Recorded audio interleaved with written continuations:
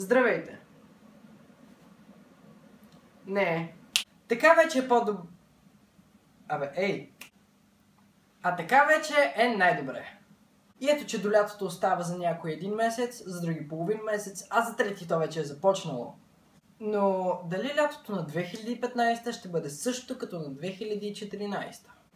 Аз не знам, но знам, че голяма част от хората започнаха да ходят на фитнес месец и половина преди началото на лятото, за да изглеждат добре на плажа. И за да не виждат другите хора какво зимата им е причинила.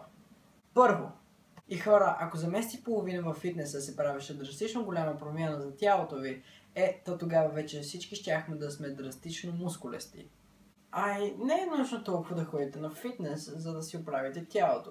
Не, няма преди, че не е важно да ходиш на фитнес. Напротив, важно е, но хора, просто наблегнете повече на това да се храните здравословно. Защото ако дадете вредна храна и боклуци, дори 10 пъти ходите седмично на фитнес, резултатът хич няма да е голям. Второ, да, разбира се, че трябва да изглеждаме добре. Все пак, външното впечатление е първото впечатление за човек.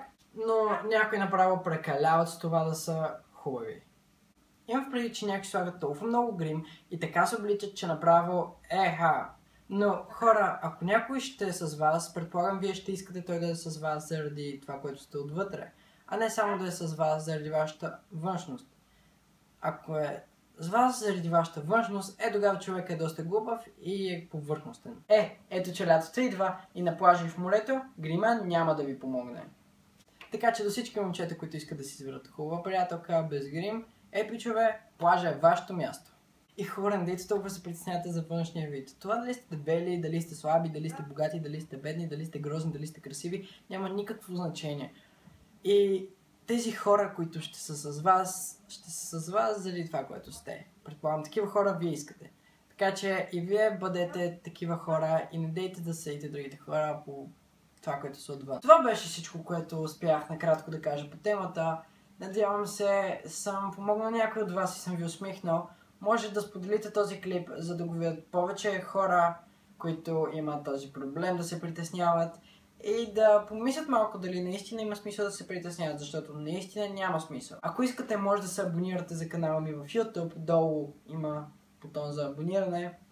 Може да ми разгледате и другите видеа, които съм качвал. Долу също ще сложа линк за Facebook профила ми, може да го разгледате, може да ме последвате, там ще пускам видеа, в които рапирам, или някакви други клипчета, може вайнове, не знам. Извинявам се, ако звуча или изглеждам заспал, просто часът е 1 през нощта или по-точно през сутринта и ето може да видите и в 1 часа през сутринта аз реших да снимам клип. Благодаря за гледането и се надявам това клипче да ви е харесало и очаквайте нови клипчета скоро. Чао, чао и до лека вечер.